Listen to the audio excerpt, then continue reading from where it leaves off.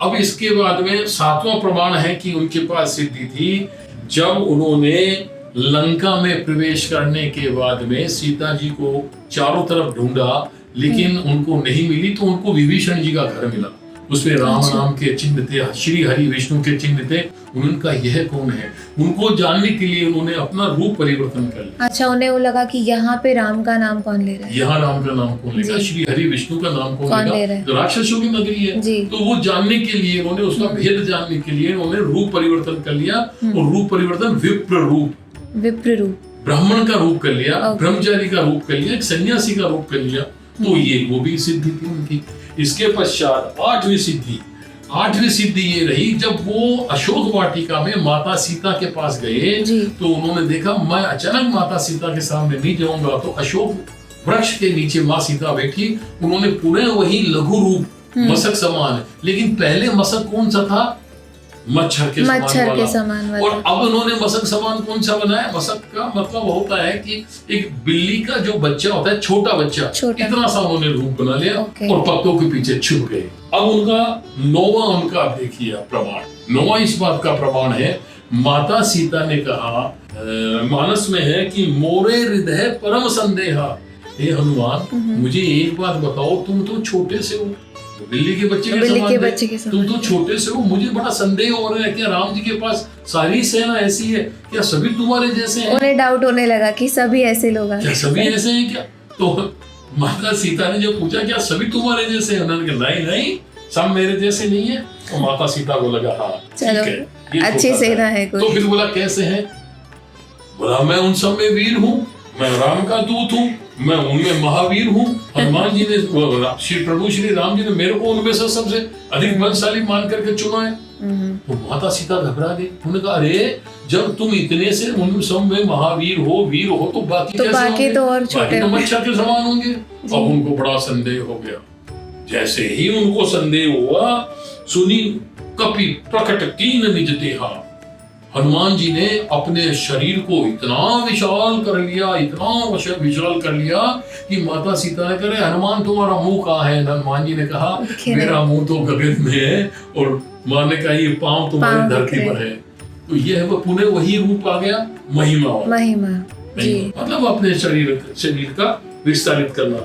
इसके पश्चात सीता जी के मन में जब विश्वास हो गया कि हनुमान जी राम जी की सेना के बहुत बड़े योद्धा हैं और ये सब कुछ कर सकते हैं, तो उन्होंने कहा कि यहाँ रावण के राक्षस लोग देख लेंगे, हनुमान तुम्हें पुनः उसी रूप में आ जाओ। उन्होंने तत्काल फिर लघु रूप धारण कर लिया, वो लगी माँ।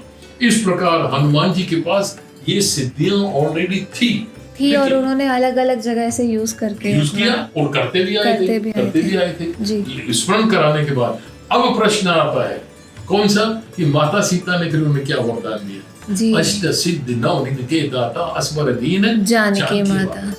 माता सीता ने उनको आशीष दिया, आशीष दीन राम प्रिय जाना, ओहु तात बलशील निधाना।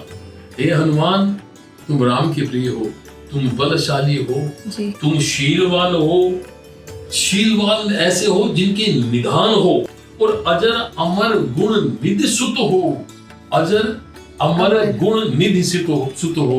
और 5 दे दिए उन्होंने, 5 वरदान दे दिए। आज भी कुछ लोग, मेरी व्यक्तिगत है ये, लोग बोलते हैं हनुमान बाबा, अरे बाबा कैसे हो गए? माता सीता ने उसी समय कह दिया था अजर अमर। अमर होना तो ये है कि कभी जीवन में मरे ही नहीं, जब तक पृथ्वी रहे जब तक चलता रहे। लेकिन अजर जो जर नहीं हो, जो बुढ़ापा नहीं आए, जिसपे जंग नहीं लगे, जो क्षीण नहीं हो, तो हनुमान जी कहाँ से बाबा कहाँ से वो तो युवा है, आज हम सबसे युवा है। तो फिर उस समय माता ने ये वरदान तो दिया ही दिया, लेकिन हनुमान चालीसा में तुलसी बाबा ने कहा कि अष्ट सिद्ध नवनिधि के दाता असवर दीन जानकी माता। अब जब उनके पास ऑलरेडी सारी सिद्धियां है, तो माता ने फिर क्या वरदान दिया? अब ये प्रश्न सवाल है जी, बिल्कुल आपके दिमाग मेरे दिमाग में बिल्कुल वही। अब इसका मैं एक उदाहरण दूंगा छोटा सा। ये मेरे पास एक सोने की गोल्ड की एक चेन है जी, इस चेन का मैं प्रयोग कर सकता हूँ जी। मैं किसी को बांटूंगा नहीं इसको, ये इसका प्रयोग कर, उसको पहन लिया, मैं शादी ब्याह में चला गया, पहन लिया, दिखा दूं, उसको प्रदर्शन कर दूं, इसका सब कुछ कर लूं, मुझे अच्छा लग रहा है, लेकिन दूंगा नहीं इसको मैं, क्योंकि ये मेरे उपयोग आपके के लिए है। अब तक तो जो हनुमान जी के पास सिद्धियां थी ये उनके उपयोग के लिए थी। अच्छा, उपयोग के लिए थी, उन्होंने उपयोग किया। लेकिन अब माता ने क्या किया, अष्ट सिद्ध जो अणिमा गणिमा लघिमा विशिष्ट प्राज्ञा में विशिष्ट, ये जो 8 सिद्धियां हैं, इनको उन्होंने कहा हनुमान अष्ट सिद्ध नव निधि के दाता। अब तक तो तुम उपयोग में लेते थे, प्रयोग में लेते थे, अब मैं आशीष देती हूँ, तुम्हें वरदान देती हूँ कि अब तुम इनके दाता बन जाओ। अच्छा, उनके पास वो अथॉरिटी वाली पावर है। जैसे ये चेन है, मैंने हाथ में रखा, फूंक मारी, 10,000 चेन पैदा होगी, बांट दिया। 1,00,000 पैदा होगी, बांट दिया। इससे पहले तो उपयोग में ले सकता था, और अब वो दे सकते हैं। अब मैं बांट सकता हूँ, मैं ऐसे एक नहीं, हजारों नहीं, लाखों नहीं, करोड़ों, इतनी बांट सकता हूँ। तो सीता जी ने कहा अष्ट सिद्ध नव निधि के दाता असबर दीन जानकी माता। तो जानकी माता ने उनको यह वरदान दे दिया, हनुमान अब से तुम इनको बांटने वाले हो गए, तुम दाता हो गए। आज भी कलयुग में अगर कोई समर्पित